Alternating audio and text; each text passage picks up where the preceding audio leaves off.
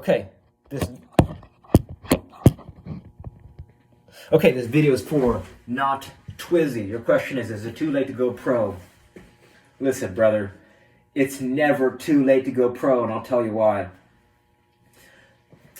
To become a soccer professional, you have to start acting like a professional. And a soccer professional is someone who takes care of themselves, takes care of your family, takes care of your friends, right? You want to take care of yourself first. You want to make sure you're calling your parents at least every Sunday, calling your family, each one of the people in your family every Sunday, at least, bare minimum. Right? You think about what a team is. Team is just a group of individuals with a shared goal and a shared vision. And it kind of becomes like your second family, especially how much you're going to be training with a team. So, right, if you have, so you want to turn pro, and you said you're decent, you're 19 years old, you're about to turn 20, you're freaking 6'2", 178 pounds or something. Jesus, I wish I was that tall. But you're not confident with your skills, okay? Okay, so I'm gonna come at this in a very circuitous way, in a very you're gonna see where I'm going with this. If you start doing the little things excellently, there's a quote that goes, "The way you do anything is the way you do everything," right? The way you do anything is the way you do everything. So I'm talking from the second you wake up, if you can start to get in a very relaxed mindset, if you can start to fill your day with joy, just fill your life with joy. And what I mean is, it's like even just the act of making your bed, if you can take care of your bed and where you rest your head down every night and clean your room, I think that's the first step to becoming a soccer professional, because it's like Jordan Peterson says this, that your room and your environment is like a reflection of your mental state, so that it there's clarity and there's importance in doing the little things, right? Because when you have a room that is sorted, and that you can organize this little piece of environment that you can control, then it's going to make you a more effective thinker. It's going to make you have a sense of pride. It's going to make you have a sense of disciplinedness, right? Like little things start to add up, and then you'll start to see how little habits multiplied over time, right? You start to extrapolate and see, it's like, if you want to be a pro, how many juggles have you done today, right? Have you juggled the ball have you kept the ball up for 5 minutes straight, 10 minutes straight, 20 minutes straight, 45 minutes straight, right? Like, how many touches have you got? Can you juggle a tennis ball barefoot? Have you learned the alternating underhand sneak? Have you learned how to breathe with Dr. Vranich, her TED Talk, VRANICH? Have you invested in a SKLZ solo kick trainer, or can you make a kick trainer with a size 1 ball or a size 2 ball and some rope? Have you learned Ido Portal's locomotion warm-up?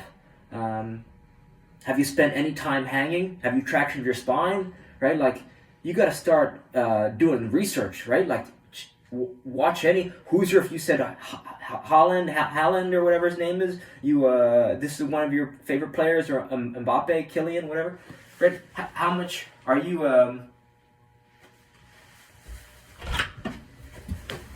Thank you. You're welcome.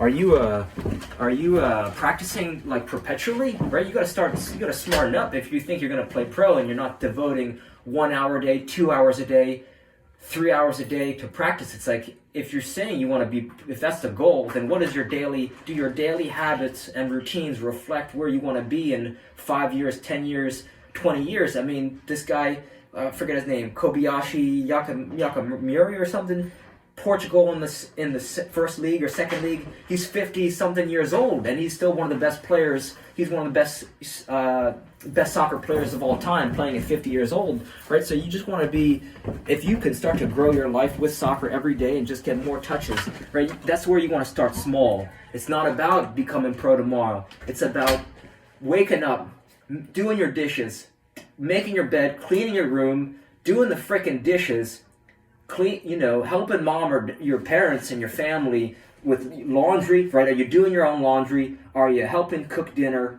Are you setting the table? Are you helping clean, do the dishes after dinner? Do you say thank you to, thank you to the people who are serving you in your life? Do you look people in the eye when you shake their hand and say thank you to your bus driver, or to a taxi, or, to your teachers or to your coaches, right? You got to start treating yourself like a professional. That's how you become a professional, because when you treat yourself like a professional every day, it's not going to magically happen. You got to earn it, and you earn it through discipline, smart training, treating your body right. Super important, right? You got to learn how to warm up. Check out Edo Portal, Portal, beginner locomotion warm up. Super important. Check that out. People are gonna think kung fu once you start busting out that warm up, and they're gonna want you on your team. You gotta be humble. Muhammad Ali, he trained 6 hours. He trained all day, six days a week, and then he reached out to the best trainers, boxing coaches and trainers. He would write them handwritten letters, and he would say, "I want to be the best boxer in the world. Can I come train with you?" I drove 16 hours plus to train with one of the best strength coach of all time, the late Louis Simmons, and that was in Ohio. I hitched a ride with my buddy Cabbage. We went from frickin' Rhode Island to New Jersey. Then New Jersey, I drove. My mom let me borrow her car and drove to frickin' Ohio, and on no sleep train. Then I had the most intense workout of my life, and but. Was that a good use of time? Yes, it was, because you learn some stuff from a high level strength coach. But there's this quote that goes, "There's diamonds in your backyard." What does that mean? Is there a kickboxing studio close to your house, or close to your school, or close to your work? Is there a Pilates gym? Is there gymnastics? Is there ballet, right? American football players all in high school, were forced to take ballet and gymnastics, because it's all movement and it's all strength, right? Both those things combined. You start doing gymnastics and ballet, you'll start to jump through the gym. You'll be jumping out the gym, and you'll be running like the wind, right? So is there Muay Thai? Is there a Muay Thai gym? Is there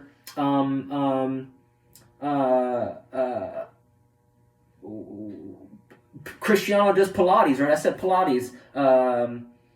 Even a boxing gym can help develop footwork, fast feet, endurance, right? And start to karate, right? Is there karate, taekwondo, right? You got to see. In my backyard, is there a local university? Start taping yourself training. Reach out to the local. Find the closest college. Say, hey, I want to play at the highest level possible. Who's the best skills coach you know? Or can you send me some more, this is my training routine. What do you think of it? Or what should I do more? What should I do less of, right? You got to make your training perpetual. Bring a tennis ball with you everywhere you go. Bring a kick trainer with you everywhere you go. Bring an RMT rope everywhere you go, or at least one of those, and just be getting touches all day, all freaking day. Don't freaking stop getting touches. Juggling, dribbling, RMT rope, doing an alternating underhand sneak, solo skills, SKLZ solo kick trainer. Just breathing, rotations of that. And, humility, humbleness. When you're playing against other people, you see someone who's better than you. Do you go ask them, how do you do this trick? Or how come you could run for so long? Or how are you so fast?